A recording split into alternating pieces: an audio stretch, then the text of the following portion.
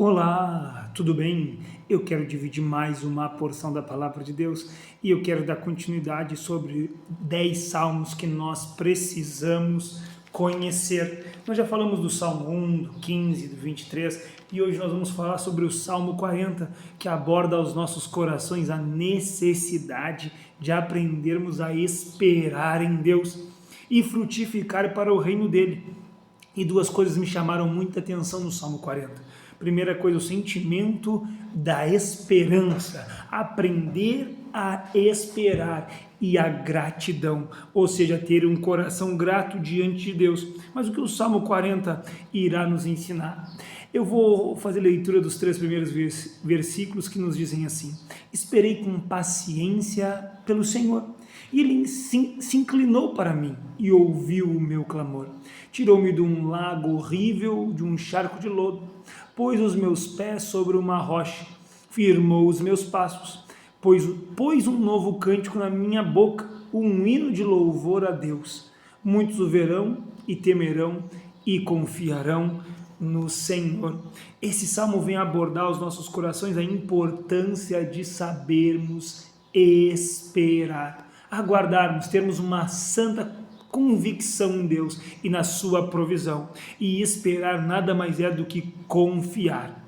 É guardar, é aguardar. Guardar o que? Guardar a confiança, mas aguardar o que? Aguardar a provisão de Deus para nós, sabendo que nós vamos esperar nele e que no tempo oportuno ele vai se inclinar para nós. Mas o que é se inclinar? Se inclinar é verdadeiramente vermos a disposição de Deus em nos socorrer no tempo oportuno. E não somente se inclinar, mas como ouvir a nossa necessidade e responder a ela, porque é isso que Deus faz ao salmista.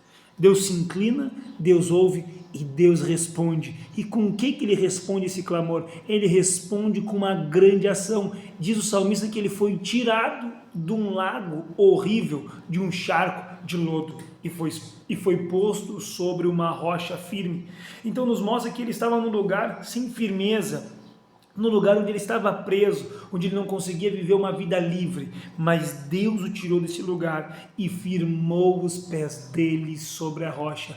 Coisa maravilhosa é quando nós sabemos que os nossos pés estão firmes, que os nossos pés estão alicerçados, que os nossos passos estão firmes, e isso proporcionou ao coração do salmista não somente essa firmeza, como também um sentimento de gozo no coração dele.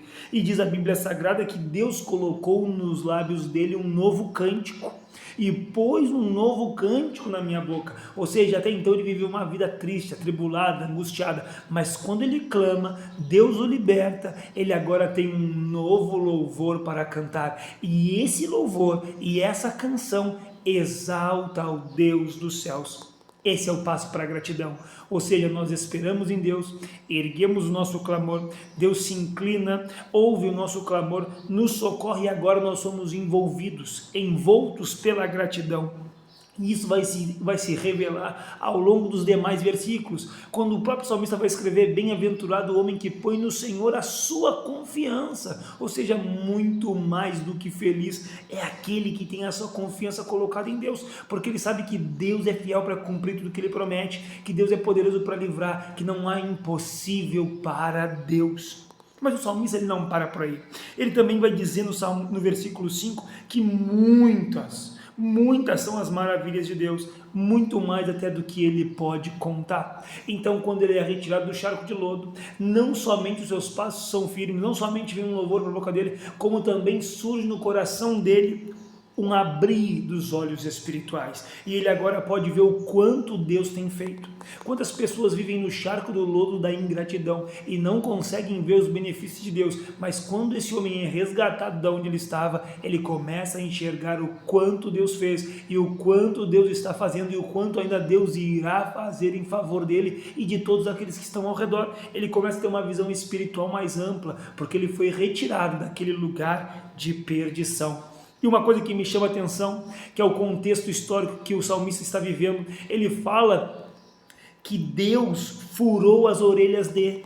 Isso era um ritual que acontecia quando um servo, que chegava no seu período de ser livre, no período bíblico, Velho Testamentário, chegava naquele período, o momento que o servo iria ser livre, mas o servo estava tão agradado de viver para aquele seu senhor, e tão agradado de morar com aquele homem, de servir aquele homem fez tanto bem para ele, que eles chegavam, falavam com os anciões da cidade, e a orelha daquele homem era furada, e ele disse: tu furastes as minhas orelhas. O que ele está dizendo isso, as minhas orelhas? O que ele está dizendo com isso? Ele está dizendo: olha, eu vim aqui, digo, eu quero te servir de bom grado.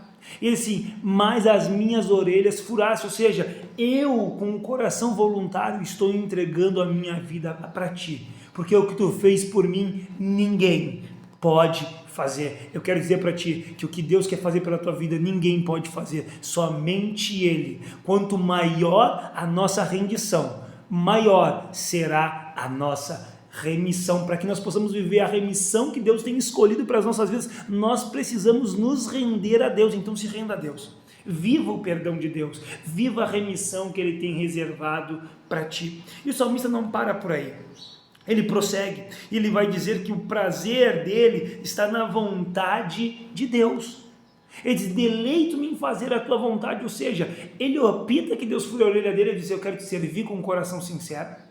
E não somente isso, ele diz que esse deleite nele vai fazer que ele vai transmitir, ele vai pregar a retidão para as outras pessoas. Então o prazer dele é tão grande que abrange a vida dele, mas também há um desejo de compartilhar com outras pessoas a salvação que Deus tem dado a ele. E por fim o salmista encerra o capítulo no verso 17 dizendo: contudo eu sou pobre e necessitado, mas tu, Senhor, tens cuidado de mim. Tu és o meu auxílio, o meu libertador. Não te detenhas, ó meu Deus. Ele declara que o grande Elohim, o El Shaddai, o Adonai, é o Deus da vida dele. E ele vai declarar que ele continua precisando de Deus, que Deus tendo resgatado, tendo colocado um novo cântico, firmado seus pés sobre a rocha, mas ele continuamente precisa e depende de Deus. Quando nós somos envolvidos pelo coração grato, entendemos o que Deus tem feito por nós, nós vamos entender que sempre nós vamos continuar precisando da graça e da bondade de Deus. Que essa graça e essa bondade possam nos alcançar, que nós possamos viver o plano de Deus e verdadeiramente nos rendermos para vivermos a remissão que Deus tem preparado para nós. Amém.